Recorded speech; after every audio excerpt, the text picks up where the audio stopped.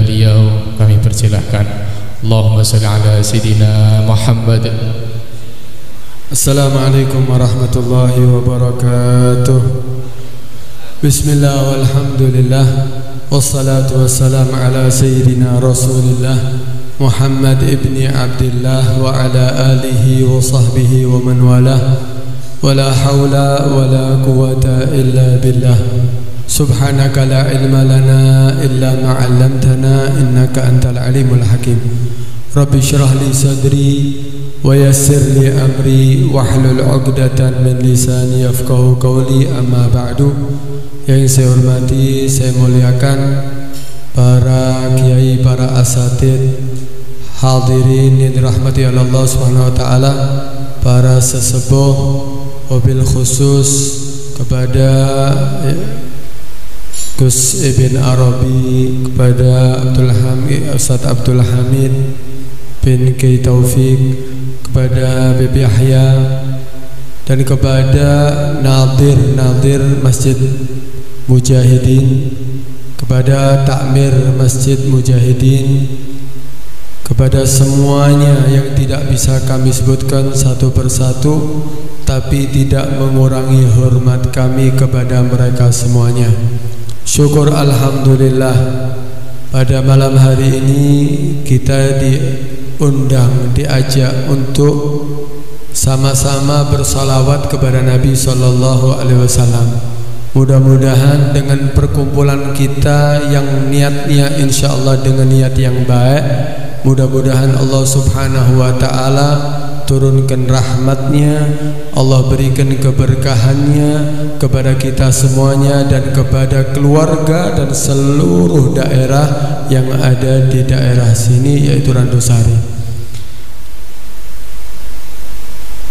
Mudah-mudahan dengan perkumpulan yang kita lakukan pada malam hari ini, salawat-salawat yang kita panjatkan, yang kita haturkan kepada Nabi sallallahu alaihi wasallam, mudah-mudahan menjadikan kita termasuk orang-orang yang selalu diperhatikan dan dipandang oleh Nabi kita Muhammad sallallahu alaihi wasallam.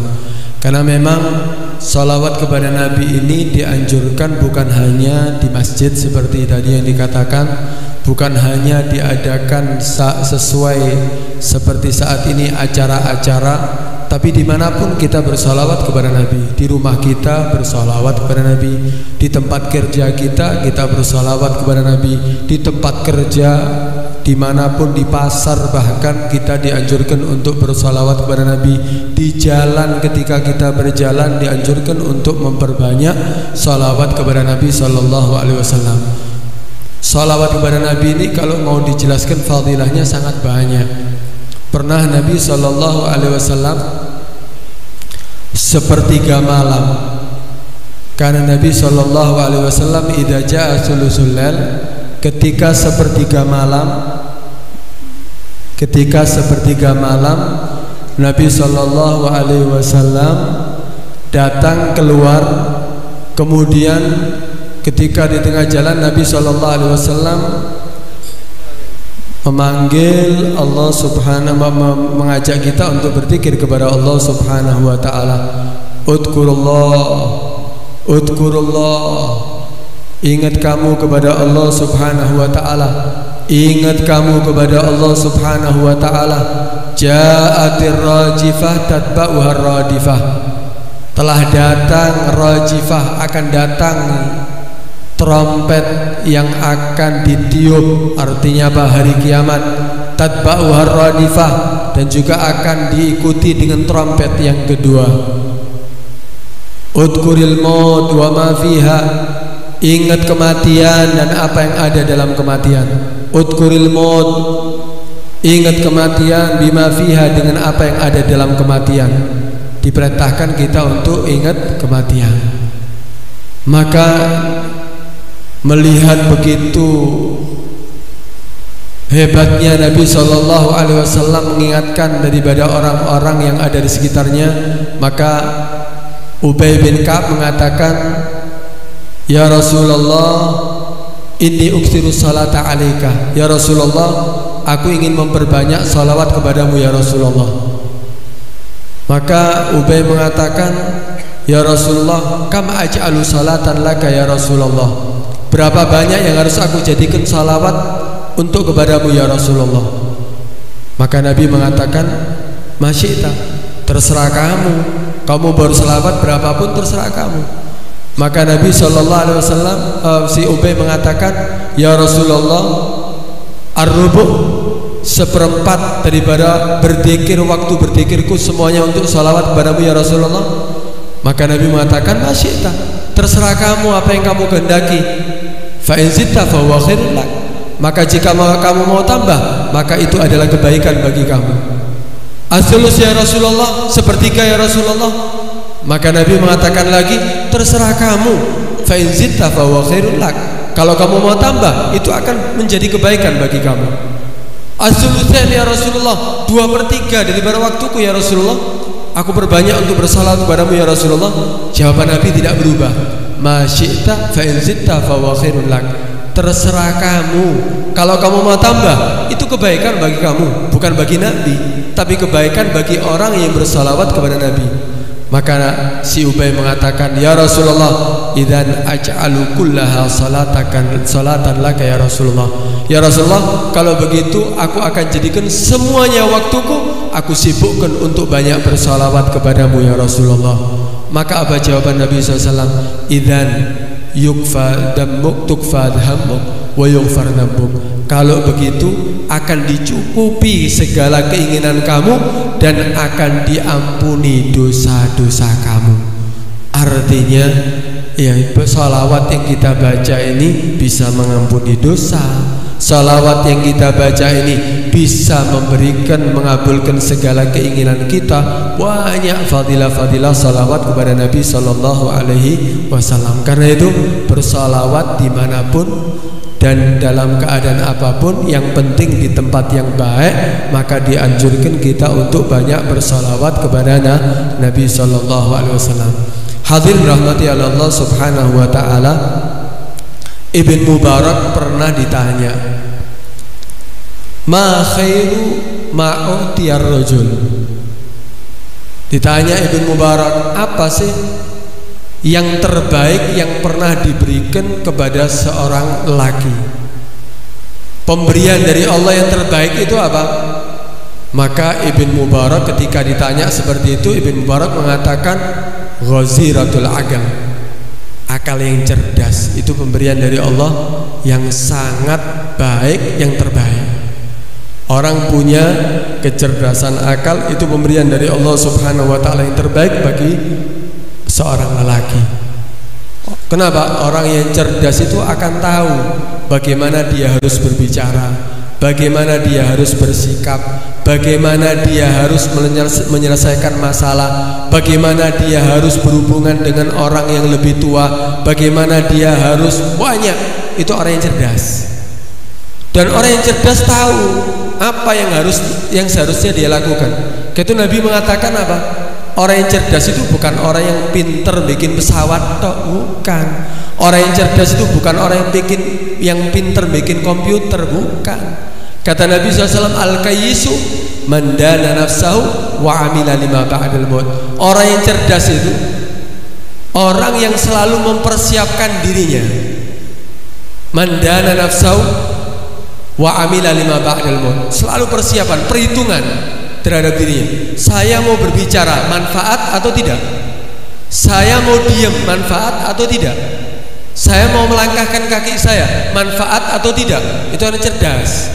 Sebagaimana orang yang cerdas kalau urusan manusia ketika berdagang, saya mau mengeluarkan uang, ini akan kembali lebih banyak atau malah rugi.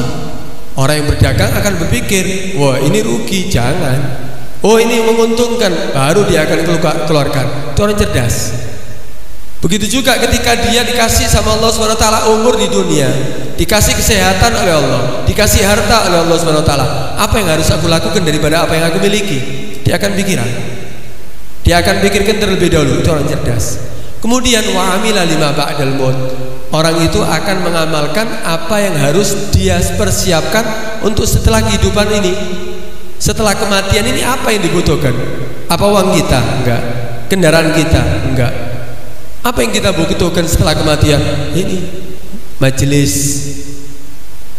sholawat, majelis ilmu, bacaan Al-Quran, sedekah, amal yang baik, amal yang soleh, itu yang dibutuhkan setelah kematian. Itu orang yang cerdas. Karena itu ketika ada orang dikasih kecerdasan oleh Allah SWT, itu adalah pemberian yang terbaik. Maka Ibn Mubarak ditanya lagi, fa'in lam yakun, kalau orangnya tidak cerdas ya Rasul, ya wahai Ibn Mubarak, kalau seandainya orangnya tidak cerdas, apa pemberian terhadap seorang yang terbaik? Maka dia mengatakan adabun hasan. Kalau dia tidak punya akal yang cerdas, paling tidak dia punya adab sopan santun yang baik. Adab yang baik, bagaimana dia berbicara dengan orang tuanya, bagaimana dia hormat terhadap orang yang lebih tua, bagaimana dia harus bersikap terhadap tetangga, bagaimana dia harus bersikap dengan temannya. Adabun hasan, adab yang bagus. Bagaimana dia harus ketika berbicara dengan lemah lembut. Itu adalah apa? Yang terbaik yang diberikan kepada seorang. Orang itu akan dinilai bukan karena ketampanannya, hadirin. Orang yang dinilai itu bukan karena hartanya, bukan karena kepinterannya tok. Kalau dia pinter, ganteng, cantik, kaya, alim kalau perlu, tapi tidak punya akhlak, nilainya jatuh, nggak akan dihormati sama orang lain, dia nggak akan disenangi orang-orang lain. Kenapa? Nggak punya adab yang baik, nggak punya sopan santun yang baik, jatuh nilainya. Karena Nabi SAW dipuji bukan karena ketampanannya, padahal Nabi paling tampan. Nabi itu dipuji bukan karena bau wanginya, padahal keringatnya Nabi baunya wangi. Tapi Nabi dipuji karena apa? Wa innaka la'ala khuluqin azim. Engkau wahai Muhammad adalah memiliki budi pekerti di atas budi pekerti yang baik. Nabi itu dipuji karena akhlaknya, bukan karena jabatannya, bukan karena daripada kelebihan-kelebihan daripada segi zahir, tapi karena adab yang baik. Karena itu kalau seandainya saya ini kurang pinter, saya ini tidak menjadi orang alim, saya ini tidak menjadi orang yang punya jabatan yang tinggi, paling tidak kamu punya adab yang baik, sopan santun yang baik. Kemudian yang ketiga, fa'in lam yakun, ditanya lagi sama orang tadi itu kepada Ibn Mubarak, kalau tidak ada, dia tidak punya akal yang cerdas, nggak punya adab yang baik, apa yang pemberian yang terbaik kepada orang lain? Maka Ibn Mubarak mengatakan, akhun saleh yastashiruhu, dia punya saudara atau teman yang baik yang selalu dia memberi petunjuk kepada orang tadi itu. Punya teman yang bisa mengingatkan dia, punya teman, punya saudara yang selalu mengingatkan ketika dia ada kekurangan. Ini yang terbaik, hadirin. Kita ini manusia ini adalah seorang manusia itu dikatakan insan itu annas sumyanas li'annahu likasratin nisyani.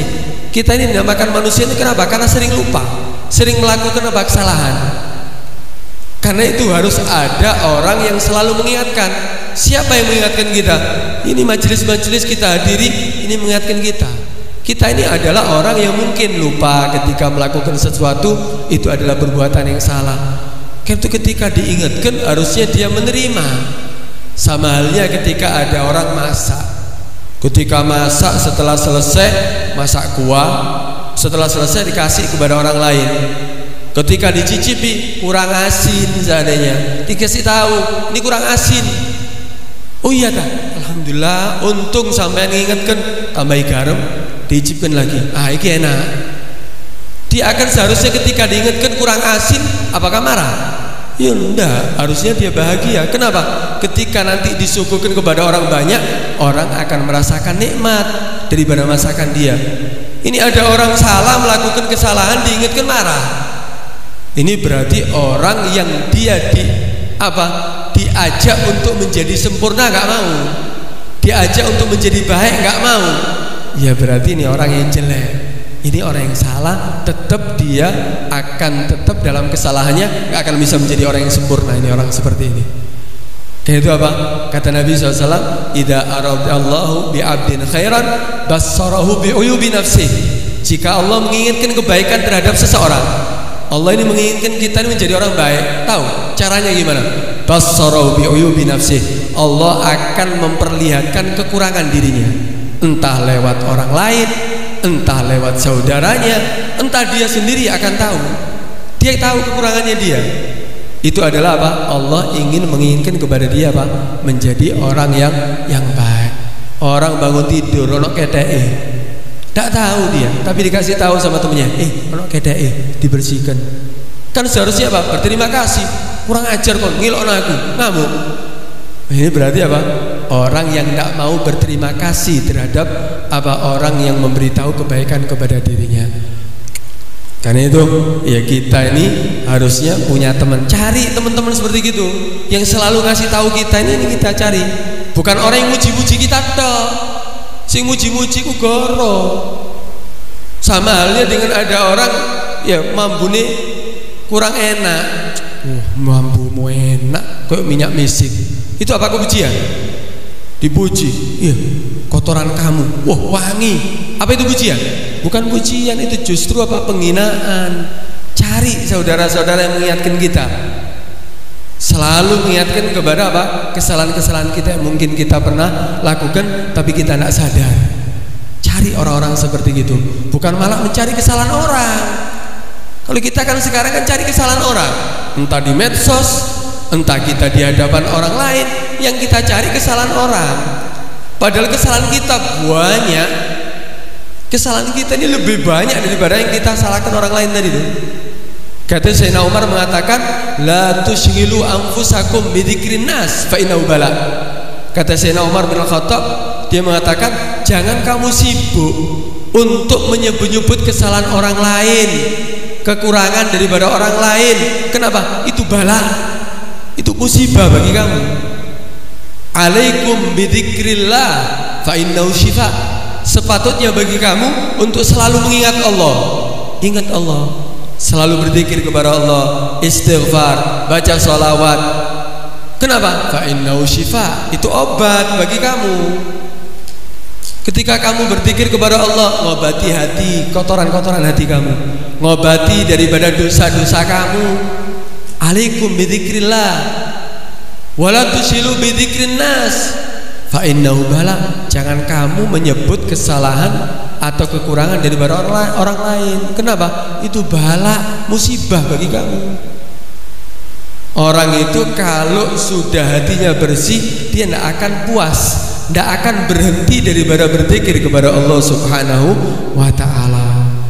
Kemudian ditanya lagi Ibn Mubarak, fa in lam yakun, dia sudah tidak menjadi orang yang punya akal yang cerdas, kemudian tidak punya adab yang baik, kemudian tidak punya teman atau saudara yang selalu mengingatkan dia. Apa yang harus dia lakukan? Maka ditanya lagi, fa in lam yakun, kalau memang tidak ada itu semuanya, maka kata Ibn Mubarak, somtun tawil, banyak diam, itu lebih baik. Kenapa? As-sukut salamah, diam itu selamat daripada ngomong akeh keliru nih, daripada banyak bicara menyakiti hati orang lain. Lebih baik diam. Maka itu sebab ada orang yang mengatakan, orang yang saleh mengatakan, hadza zamanun sukut wal luzum fil buyut war ridha bil qut ila antamut. Dikatakan ini zaman sekarang ini orang dianjurkan untuk banyak diem, ojo kakek ngomong, jangan banyak bicara. Kenapa? Banyak bicara banyak salahnya. Hadza zamanu sukut wal luzum fil buyut, banyak diem di rumah, jangan banyak keluar rumah kalau zaman sekarang ini. Kenapa? Keluar rumah dosa kadang-kadang yang dia lakukan, atau dia tertabrak dosa nanti. Wal luzum fil buyut, kemudian apa? Waridha bil qut, ridha dengan rezeki yang telah datang kepada dia. Dia kerja, dapat rezeki, pulang, kasih nafkah untuk keluarganya, maka tidak banyak keluar rumah. Ridha dengan pemberian Allah Subhanahu wa taala. Sampai kapan? Kemudian dijawab ila antamut, sampai mati. Karena itu kalau tidak punya kelebihan apapun lebih baik banyak diam. Kenapa? Lebih selamat hadirin. Kemudian ditanya lagi Ibn Mubarak, kalau memang masih belum ada itu semuanya, tidak punya semuanya 4 hal tadi nggak ada, maka apa? Kalau 4-4-nya ini tidak mau dia, kecerdasan tidak duwe, kemudian adab yang baik tidak dia, kemudian dia tidak punya teman yang selalu mengingatkan dia, saudara yang selalu mengingatkan dia. Yang keempat, tidak banyak diem dia, ngomong dok. Apa yang terbaik bagi orang tadi itu? Fa in lam yakun mautun ajil. Lebih baik cepat mati wong kayak gini, Pak. Kenapa? Karena semakin panjang umurnya, semakin banyak dosa yang ia lakukan. Lebih baik cepet-cepet dicabut nyawani. Kenapa? Ya lebih baik dia supaya tidak tambah suwe di neraka. Karena itu ini kita pikirkan hadirin. Pernah ada orang yang soleh selalu mengingatkan, dikatakan kana salaf yatawassauna bisalah sa'asya. Salafus soleh, orang-orang yang baik yang dahulu, orang-orang dulu itu nasihatnya baik-baik. Mereka itu selalu mewasiatkan 3 hal. Yang pertama, man aslaha, barang siapa memperbaiki ma bainahu wa bainallah, hubungan dia dengan Allah bagus, salat 5 waktunya dijaga, puasa Ramadan dijaga, zakat dia keluarkan, dia tidak bermaksiat kepada Allah, hubungan dia dengan Allah baik, maka aslahallahu bainahu wa bainan nas, maka Allah akan perbaiki hubungan dia dengan manusia. Kalau ibadahnya bagus, taatnya bagus, nggak maksiat kepada Allah, hubungan dengan semuanya baik, hubungan dengan tetangga baik, hubungan dengan temannya baik, hubungan dengan keluarganya baik, semua manusia akan dijadikan bagus oleh Allah Subhanahu Wa Taala hubungan dia dengan manusia yang lainnya. Kalau kepingin kita ini dihormati semua orang, tidak dimusuhi banyak orang, maka perbagus hubungan kamu dengan Allah Subhanahu Wa Taala. Yang kedua, man aslaha sariratahu, siapa orang yang memperbaiki batinnya, hatinya, nggak ada sifat sombong, nggak ada sifat hasud iri hati, nggak ada sifat kebencian terhadap saudaranya muslim, tidak ada kotoran-kotoran hati, dia selalu membersihkan daripada kotoran hati, maka aslahallahu ala niyatahu, maka Allah akan memperbagus dohirnya. Dohirnya akan ikut hadirin, dohirnya akan jadi baik. Gak mungkin dia akan jadi orang yang jelek. Kenapa? Karena batinnya bagus. Yang ketiga, manihtamma bi amri akhiratih kafahullahu amra dunya wa akhiratah. Barang siapa yang mementingkan urusan akhiratnya daripada urusan dunianya, maka Allah akan mencukupi dia baik urusan dunia ataupun urusan akhirat.